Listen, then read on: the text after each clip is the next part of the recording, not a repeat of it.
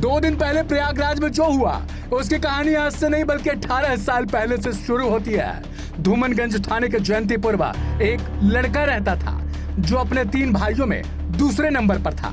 उसका काम था टैंकर की सफाई करने का, मतलब रोजाना की कमाई कुछ 100 से ज्यादा नहीं थी।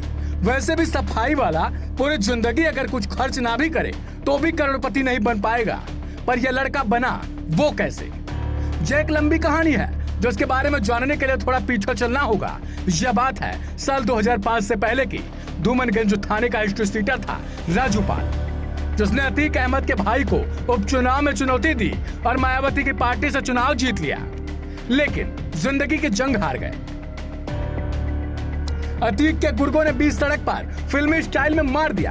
कहते राजू पाल को पंचर बनाने वाले की बेटी पूजा से प्यार था और विधायक बनते ही उसने पूजा से शादी कर ली। पूजा इस लड़के यानी उमेश पाल की चचेरी बहन थी, यानी रिश्ता साला बहनोई का था, लेकिन यहाँ उससे ज्यादा रिश्ता दोस्ती का हो गया था।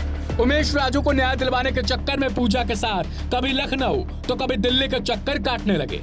आखिर में पूजा का मन बदला और उन्होंने समाजवादी पार्टी ज्वाइन कर ली, लेकिन उमेश के दिल में बदले और पैसा कमाने दोनों की इच्छा थी, तो अतीक के खिलाफ गवाही दी, जिसके कुछ दिनों बाद ही उनका अपहरण हो गया। कहते हैं इस बात को लोगों के बीच उमेश ने ऐसे बताया और इतनी सिंपैथी बटोरी कि इलाके में अच्छा खासा वर्चस्व बना लिया। अतीक के खिलाफ जो लोग थे उनकी मदद वहां से प्रॉपर्टी का कारोबार किया और धीरे धीरे इतना पैसा कमाया कि इलाके में रसूखदार बन गए और साल 2017 में ही अखिलेश के पार्टी में शामिल हो गए। पर वहां विधायक बनने की इच्छा पूरी नहीं हुई तो साल 2022 में बीजेपी में आ गए और यही उनकी जिंदगी का सबसे बड़ा टर्निंग पॉइंट था। आज अगर राजू पाल सपा में होते तो शायद उनकी इतनी बातें नहीं हो रही होती। उन्होंने अतीक के खिलाफ यह मुकदमा करवाया कि गवाही देने के लिए उन्हें उसके गुर्गों ने धमकाया और पीटा, जिसमें 24 फरवरी 2023 को वह गवाही देने पहुंचे थे। लेकिन जब वह कोर्ट में गवाही दे रहे थे, इधर रेकी करने वाले मुस्तैद खड़े थे और प्लानिंग इतनी तगड़ी थी कि उनकी सुरक्षा में तैनात गनर को भी संभालने का मौका नहीं मिला। सीसीटीवी में सब कुछ साफ दिख रहा है। जो उस गनर की कोई गलती नहीं थी वह भी इस लड़ाई के भेंट चढ़ गया। आज उसके घर में भी मातम का माहौल है और उसकी बातें भी लोग नहीं कर रहे, क्योंकि बात हमेशा बड़े लोगों की होती है और इन बातों से ज्यादा मतलब इस बात का है कि प्रयागराज के 5 किरदार कौन कौन है। जिस दुकान में ये आरोपी खड़े थे, क्या इसका दुकानदार भी शामिल है? अतीक अहमद या उसके बेटों ने किसके जरिए गुर्गों तक मैसेज पहुंचाया?